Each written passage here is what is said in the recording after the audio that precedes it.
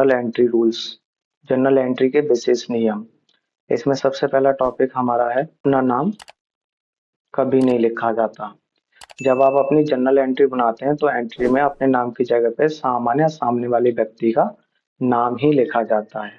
Second note है हमारे पास, debit पहले क्रेडिट बाद में, यानी कि डेबिट साइड हमेशा पहले आएगी और क्रेडिट साइड आपकी बाद में आएगी। उसके बाद आता है परचेस और सेल्स।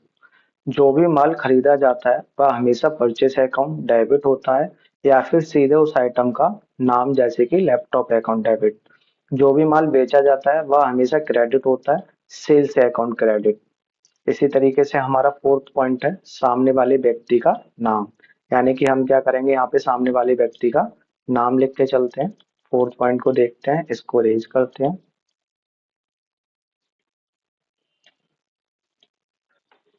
सामने वाले व्यक्ति का नाम। यदि आप किसी से माल खरीदते हैं तो सामने वाले व्यक्ति फर्म का नाम, आइटम का नाम लिखा जाता है, खुद का नाम कभी नहीं लिखते हैं। जैसे कैश दिया है तो कैश अकाउंट लिखेंगे, चेक से दिया है तो बैंक अकाउंट लिखेंगे। तीसरा पॉइंट है यदि आपको नगद पैसा मिला है तो कैश अकाउंट डेबिट होगा, बैंक में पैसा आया है तो बैंक अकाउंट डेबिट होगा। इस उदाहरण दे रखा है, उस एग्जाम्पल को देखेंगे। आपने नेहा से 10,000 का फर्नीचर कैश में खरीदा। फर्नीचर है, यहाँ पे सबसे पहला अकाउंट हमारा क्या होगा, फर्नीचर होगा, क्योंकि हम क्या कर रहे हैं, एक आइटम को परचेज कर रहे हैं। तो उस आइटम का नाम दे रखा है, उस आइटम का हम क्या करेंगे, नाम ही लेके चलेंगे।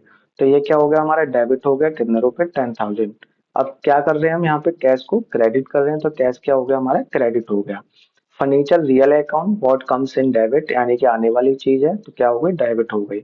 Cash real account what goes out, यानी कि जाने वाली चीज है कैश हमारी, तो क्या हो गई, क्रेडिट हो गई।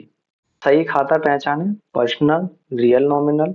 सेकंड पॉइंट है इसमें गोल्डन रूल्स लगाएं। थर्ड पॉइंट है हमेशा डेबिट पहले और क्रेडिट को बाद में लिखें। फोर पॉइंट है यहाँ पे खुद का नाम एंट्री में ना डालें। एक प्रश्न को पूरा करने के लिए आपको 5 खाते स्टेटमेंट बनाने पड़ते हैं, जिसमें सबसे पहला है हमारा जनरल, दूसरा है लेजर अकाउंट, थर्ड है trial balance account, fourth profit and loss account और फिफ्थ आपकी बैलेंस शीट। इस तरीके से हम क्या करते हैं, 5 अकाउंट्स बना के चलते हैं एक प्रश्न को सॉल्व करने के लिए। तो हमारे पास एक एक्सरसाइज है, इस एक्सरसाइज को क्या करेंगे हम, इन 5 अकाउंट्स के थ्रू ही कवर करेंगे। और सबसे पहले इस एक्सरसाइज में हम क्या करेंगे, जर्नल एंट्रीज को कवर करके चलेंगे। चलिए एक्सरसाइज को देखते हैं।